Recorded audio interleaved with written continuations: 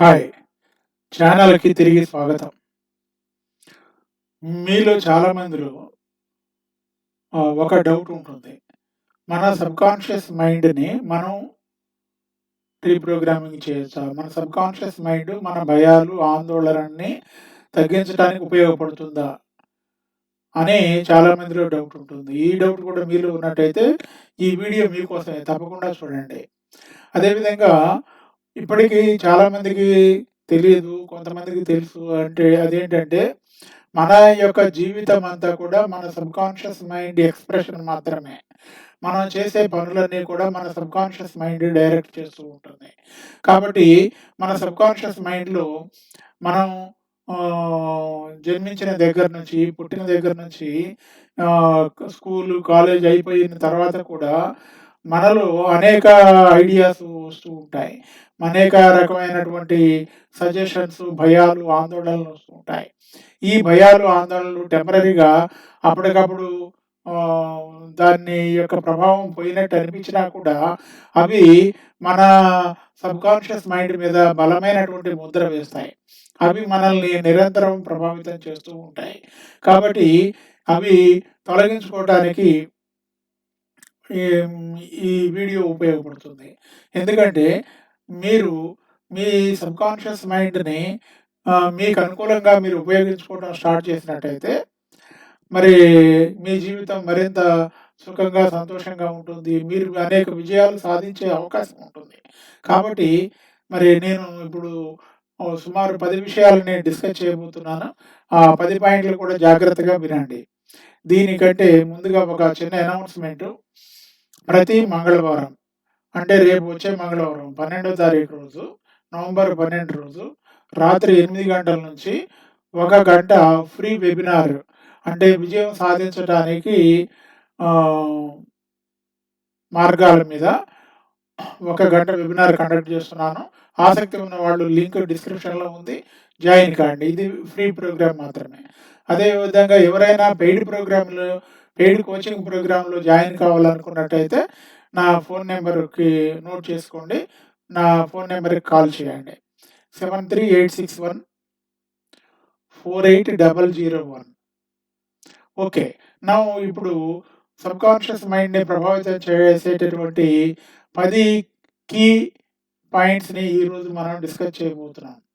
First మన subconscious మైండ్‌ని ప్రభావితం చేయాలంటే, మనకు అనుకూలంగా మార్చుకోవాలంటే సబ్‌కాన్షియస్ మైండ్‌ని మనం అర్థం చేసుకోవాలి. Number 1 first point we have to understand the subconscious mind. Subconscious mind ఎలా పనిచేస్తుంది అనేది మనం అర్థం చేసుకోవాలి. సబ్‌కాన్షియస్ మైండ్ లోపల మన యొక్క అలవాట్లు, మన నమ్మకాలు, మన జ్ఞాపకాలన్నీ కూడా ఉంటాయి. కాబట్టి మనం చేసే పనులన్నీ కూడా అది ఒక మెమరీ బ్యాంక్ లాగా స్టోర్ చేస్తూ ఉంటుంది. కాబట్టి అది పనిచేసే విధానాన్ని మనం తెలుసుకున్నట్టయితే మనం దానికి అనుగుణంగా మనం సబ్‌కాన్షియస్ మైండ్‌కి సజెషన్స్ ఇచ్చుకోగలుగుతాం. కాబట్టి ఇది ఫస్ట్ పాయింట్. అదేవిధంగా రెండవది మన లోపటికి ఆహ్, భయాలు, ఆందోళనలు, అనుమానాలు ఎందుకొస్తున్నాయి అనేది మనం గమనించినట్టయితే, మన లోపటగా ఇవన్నీ రావడానికి కారణం మనం తీసుకునేటటువంటి సమాచారం ఉంది కదా! మన లోపలికొచ్చేటటువంటి సమాచారం. మన జ్ఞానేంద్రియాల ద్వారా లోపలికొచ్చే సమాచారం. అది మనకు ఒత్తిడిని, అదేవిధంగా నెగెటివ్ విషయాలని ట్రిగ్గర్ చేస్తుంది.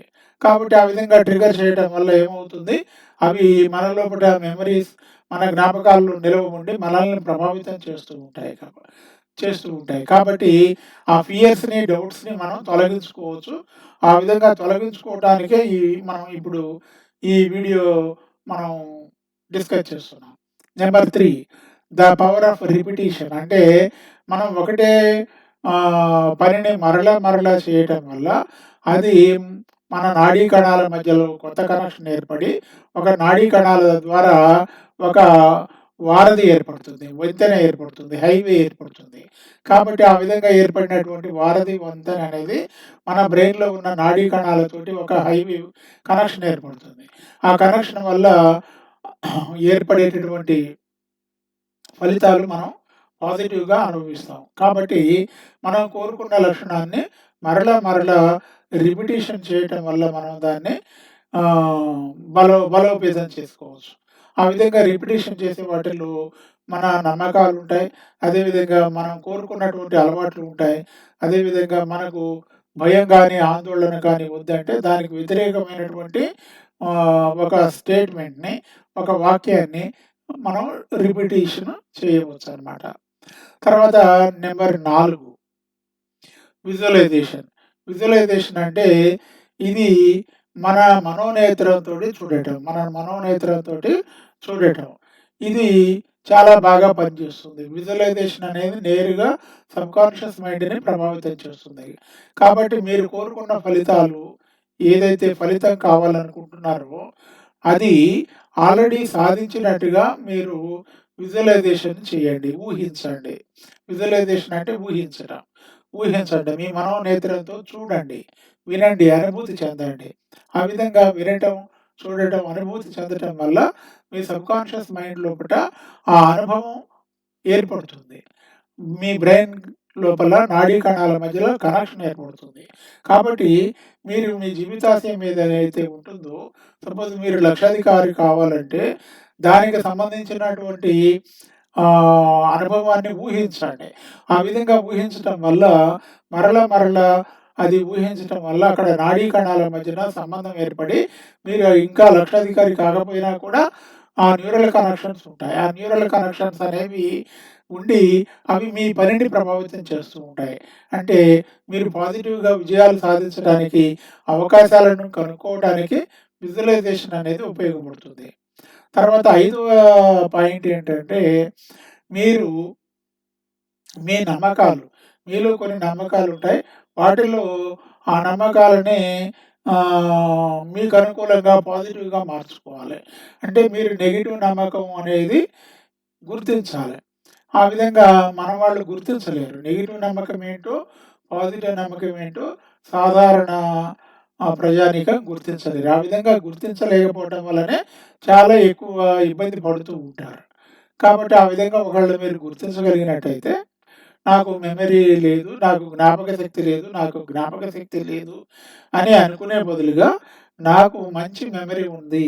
I have a great memory అని రిపిటీషన్ చేయటం వల్ల డబ్బు లేదు అనే బదులుగా డబ్బు నేను కావాల్సినంత డబ్బు సంపాదించగలుగుతాను అని మీ యొక్క పదాలని, మీ వాక్యాలని, మీ మనసులోకి వాటిని మీరు ఆ మాటల్ని ఉపయోగించడం ద్వారా, ఉపయోగించే మాటల్ని నెగెటివ్ నుంచి పాజిటివ్‌కి ఉపయోగించడం ద్వారా, వాటిని కంటిన్యూయస్‌గా రిపిటీషన్ చేయటం ద్వారా, కంటిన్యూయస్‌గా మరలా మననం చేయటం ద్వారా, అంటే జపించటం ద్వారా, అంటే మంత్రాన్ని ఏ విధంగా అయితే జపిస్తారో, ఆ విధంగా జపించటం ద్వారా అక్కడ న్యూరల్ కనెక్షన్స్ ఏర్పడతాయి. ప్లస్ మీ మైండ్ కూడా సబ్‌కాన్షియస్ మైండ్ కూడా రీప్రోగ్రామింగ్ చెందే అవకాశం ఉంది.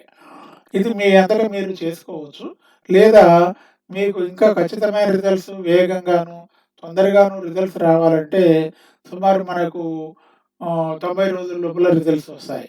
30 డేస్ నుంచి 90 డేస్ మధ్యలో రిజల్ట్స్ వస్తాయి.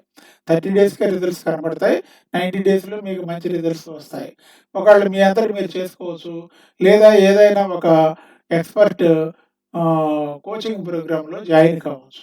ఆ విధంగా జాయిన్ కావటం వల్ల వేగంగా ఫలితాలొస్తాయి. తర్వాత నంబర్ 6 మెడిటేషన్. మెడిటేషన్ చేయటం అనేది అలవాటు చేసుకోండి. నేను ఆల్ఫా స్టేజ్ మెడిటేషన్‌ని నేను చెబుతూ ఉంటాను నా స్టూడెంట్స్‌కి. ఈ మెడిటేషన్ చేసినప్పుడు ఏమైతదంటే, మనలో ఉన్నటువంటి conscious mind, conscious mind activity బాగా తగ్గుతుంది. కాన్షియస్ మైండ్ యాక్టివిటీ బాగా తగ్గినప్పుడు, మనలో సబ్‌కాన్షియస్ మైండ్ యాక్టివిటీకి దగ్గరగా మైండ్ వస్తుంది. అంటే కాన్షియస్ మైండ్ మనం మెలకువగానే ఉంటాము. కానీ సబ్‌కాన్షియస్ మైండ్ యాక్టివిటీకి దగ్గరగా వస్తాము. నేను ఆల్ఫా స్టేట్ మెడిటేషన్ నేర్పిస్తాను. ఆ విధంగా నేర్పించేటప్పుడు ఏమవుతుంది, మనలో బ్రెయిన్ వేవ్స్ ఉంటాయి. ఈ brain waves delta waves, theta waves, alpha waves, beta waves, gamma waves అని 5 రకాల బ్రెయిన్ వేవ్స్ ఉన్నట్టుగా శాస్త్రవేత్తలు గుర్తించారు. వీటిలో ఆల్ఫా స్టేట్ అనేది బ్రెయిన్ వేవ్స్ సుమారు 8-13 దాకా వేవ్ లెంత్ ఉంటుంది. అంటే సైకిల్స్ పర్ సెకన్ ఉంటుంది. ఒక సెకన్‌కి 8 వే 8 యూనిట్లు నుంచి 13 యూనిట్ల దాకా తరంగ దైర్ఘ్యం ఉంటుంది. ఆ 8-13 దాకా ఉన్నటువంటి ఆ స్థితిలో మనం మెలకువగా ఉంటాము. కానీ మనలో మత్తుగా ఉన్నటువంటి స్థితి, ప్రశాంతమైన స్థితి ఏర్పడుతుంది. ఆ ప్రశాంతమైనటువంటి స్థితిలో మీ సబ్‌కాన్షియస్ మైండ్‌కి మీరే సజెషన్స్ ఇచ్చుకోవచ్చు. అంటే మెడిటేషన్‌లో ఏమవుతుంది? Mind activity, conscious mind activity తగ్గుతుంది. సబ్‌కాన్షియస్ మైండ్ చురుగ్గా ఉంటుంది. అవసరమైతే మీ మైండ్‌కి మీరు అవసరమైనటువంటి సజెషన్స్ ఇచ్చుకోవచ్చు. ఇక తర్వాత ఏడో పాయింట్‌ని మనం గమనించినట్టయితే, ఏడో పాయింట్ ఏంటంటే, మనం మనలో నిరంతరం ఒక వాయిస్ వినపడుతూ ఉంటుంది. మనకు మనమే మాట్లాడుకుంటూ ఉంటాం. మన మనసు లోపట ఏదో ఒక డైలాగ్ వస్తూ ఉంటుంది. ఇది నేను చేయలేను. ఇది నాకు రాదు. ఇది మన పని కాదులే. ఇది మనం చేయలేములే. ఐఏఎస్ ఆఫీసర్ మనం కాలేములే. లేదా ఈ ఉద్యోగం మనకేమొద్దులే. మనకేదో ఇంతుంటే చాలులే. మనం యావరేజ్‌గా ఉంటే చాలులే.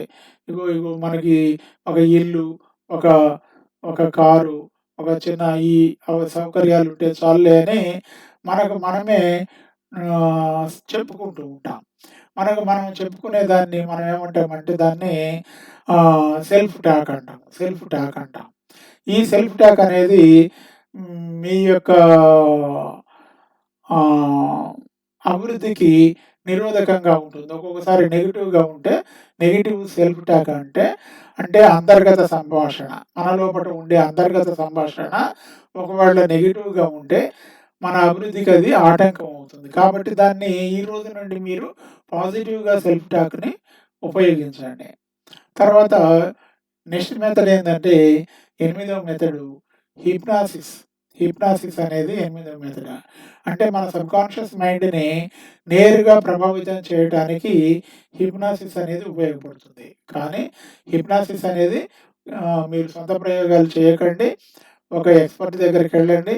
ఆ ఎక్స్‌పర్ట్ కూడా మీ యొక్క వ్యక్తిత్వ వికాసానికి అవసరమైనంత సమయం కేటాయించి, మీ గ్రోత్‌కి సహకరించేటట్టయితేనే అతని దగ్గర ప్రోగ్రామింగ్ తీసుకోండి. ఎందుకంటే చాలామంది హిప్నోథెరపిస్ట్‌లు ఏం చేస్తూ ఉంటారు, ఏదో ఆహ్, ఒక రోగానికి, ఏదో ఒక బిహేవియర్‌కి మాత్రమే వాళ్ళు థెరపీ ఇస్తూ ఉంటారు. లేదా మెమరీ కావాలంటే థెరపీ ఇస్తారు.